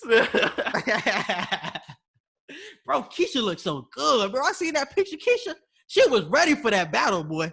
Yes. She was ready for that verse. Boy, she was for the walk it. She was for the win. She was for to be 3 songs ahead off rip. Keisha was ready, bro. Did they say it's gonna be a date? They might as well cancel it, bro. I think she's scared. January 9th. Oh, January 9th? Mm-hmm. Man, they might as well cancel that. At first, I was like, damn, that's far. But then I was like, wait, Christmas is next Friday. And then, New Year's is the Friday after that. And ain't nobody going to sit and watch their phone on either one of them holidays. So, and it makes sense for it to be January 9th. I feel like they should start shrinking the verses, the amount of songs that are on verses to make more people more qualified for it. So, because 20 hits is a lot of hits. Like, you have to be a real established artist. Like I said, I feel like Ashanti doesn't even have 20 hits to be even qualified for it. But they should shorten the list to like 10 so more people can be qualified for shit. Because I feel like if you shorten it to 10, people like Ja Rule, Neo could really be in some good battles, bro. I feel like it would have to vary. It depends on which artist you choose and, like you said, how many songs they actually got. Like, for instance, Ashanti could do a 10-song versus.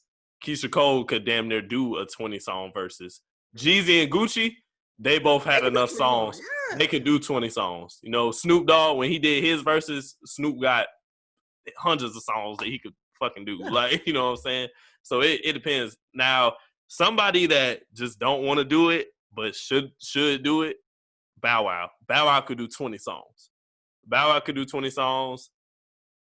Soulja Boy. It's not too many people that can do 20 songs, bro. Soulja Boy could do 10 or 15. I was about to say Soulja Boy can't do 20, bro. He could do 10 or 15. I'm not even gonna fucking lie. Soulja Boy could do 10 songs. But that's what I'm saying. You should shrink it so more people can be in it, bro. Because there's some people like Soulja Boy who got hits. Yeah. We should be listening to, bro. But he's not qualified to be in the 20-song verses. Shrink the list so more people can get qualified, bro. Because Soulja Boy, like I said, Soulja Boy, Neo, Ja Rule. Like, Ja Rule back in the day had hits. Neo could do 15. I don't know about 20. Neo could do. That's what I'm saying, 10. That's what I'm saying. If you shrink it, yeah. If you shrink it, bro, I feel like more people qualify, bro. I would like to see it shrunk soon. Because who else? And they had talked about a Summer Walker versus I don't want to see no new artists in no verses. That's what I'm saying. Like, do they even have 20 songs for it? They don't even have 20 songs. Because it was Summer Walker and SZA. And I was like, I love both of them. I love both of them. They are two of the best queens in R&B right now for this day and age. But I don't want to see any new artists. Like, if you ain't been out for at least 10 years, I don't want to see you in no verses. Yeah, I agree. Yeah, I agree. But even if you were to throw them both in there, it's just like they don't have enough songs for 20, bro. It's not enough. Or it's not going to be the hits of the hits like we want to hear. So that's what I'm saying, because a lot of, like, Ashanti has a lot of good songs. It's just because she don't got 20 hits, that don't mean she don't got 20 good songs, you know. But is every song she going to play a hit? Like, that's what you really got to think about. And that's, again, with Jeezy and Gucci. Gucci got a lot of hits, but Jeezy got more hits. So it's like a lot of Gucci fans were like, bro, everything Gucci make is a hit. I'm like, nah, he got a lot of good songs, but is everything he really make a hit? You got like 70 plus mixtapes. I highly doubt every song you've ever made is a hit. Can we get better than that, bro? Can we really get better than Jeezy versus Gucci? Nah. That's what I said. I really don't think we can. It was the beef. It was the song selection. It was the fact they was in Magic City. The intensity, the fact that we've been wanting this for so long. It was just so much that went into that shit that I thought Brandy and Monica was the best one this year until that one. Mm-hmm. Yeah. I don't know if it can get better, but I want to see Fantasia in one, bro. Fantasia didn't we say that before? Fantasia, Jennifer Hudson, something like that? I think so. That should be happening soon. That should be happening soon, bro. I would like to hear Fantasia again on that. I heard a lot of, I don't think Nicki would do it, but a lot of people said like Nicki should go against like an older female hip hop artist, like Missy Elliott or something like that. I mean, Nicki would wash her, but yeah. yeah, I feel it though. I feel it. Just for good competition. Nicki beating whoever the hell she go against. Yeah. I feel like that's part of the reason why nobody's trying to ask her to do it, and I feel like that's probably why she wouldn't do it. So that's the same way I feel about Mary J. Blige. Like, nobody's beating Mary J. Blige in the verses, bro. I'm sorry, you can't. Her 20 best hits are better than everybody's. You can bring back the oldest people or the newest people. Ain't nobody beating Mary, bro. I'm telling you, nobody beating Mary. But all right, bro, we can move on to Pass the Ox, bro. What you got for the song of the week? Speaking of Nicki Minaj, my song of the week is Pills and Potions. She just celebrated the 6-year anniversary of the Pink Print album that came out earlier in the 2010s, you know. So Pills and Potions, great song, classic song. What's your favorite song by Nicki Minaj? Ooh. Favorite song by Nicki? Moment for Life. The bars in that song was just way too. That's one of those songs that you play it for 10 seconds, cut it off, and the entire crowd just keeps singing the whole song. Mm-hmm. Like Moment for Life, that's her best song of all time. Life is fire. Is Super Bass her biggest hit? I feel like Super Bass her biggest hit, no? You could argue that that's her biggest hit, but I don't think it's definitely not her best song, but it's definitely her biggest hit, though. Yeah. Because the way she crossed into the pop world with that song, yeah. I feel like her best songs are Moment for Life, Itty Bitty Piggy, Warning, Pills and Potions, and the one she be like, Ganja burns. What's that song? Damn, what would her fifth song be for me? Low-key Roman's Revenge with Eminem. Not Roman's. I think is it called Roman's Revenge? I think so. What's the one with Ganja Burns? What's that one? Which one is that? That's the Queen album. That shit funny as fuck. I fuck when she come on with that.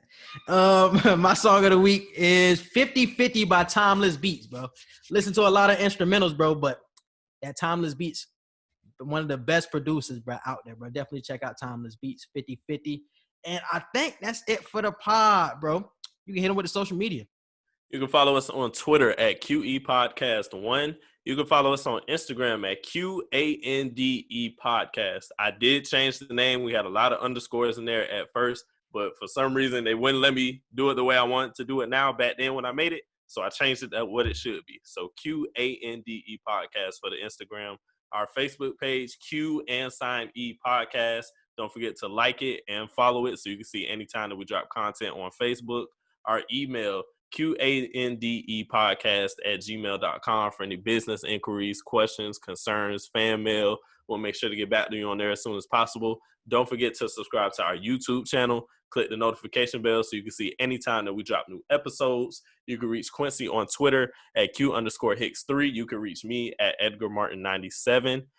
You can reach Quincy on Instagram at QHicksProduction, and you can reach me at EdgarMartinOfficial. And I will be making a Snapchat for the Q&E podcast. So we'll have a Snapchat soon, and I'll make sure I get the info out for you guys on that so you can see anytime that we got any bloopers or while we're recording or just whenever we drop new episodes, I'll make sure and reach y'all on as many social platforms as possible.